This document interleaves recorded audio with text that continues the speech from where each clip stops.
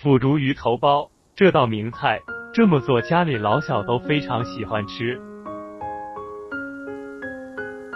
先把鱼头切出，切成块，加入一点鸡粉搅拌均匀，再加入生粉搅拌，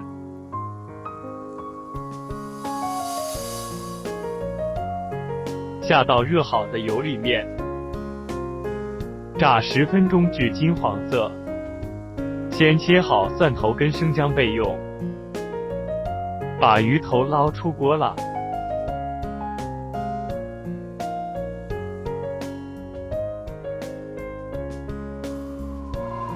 下入刚才准备好的蒜头和生姜，翻炒2分钟。加入刚炸好的鱼头，再翻炒2分钟。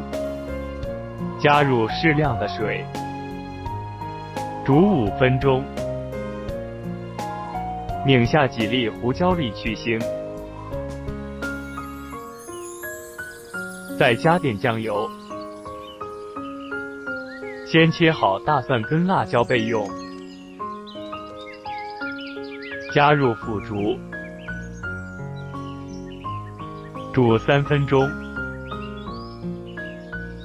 加入刚备好的辣椒，再翻炒一会。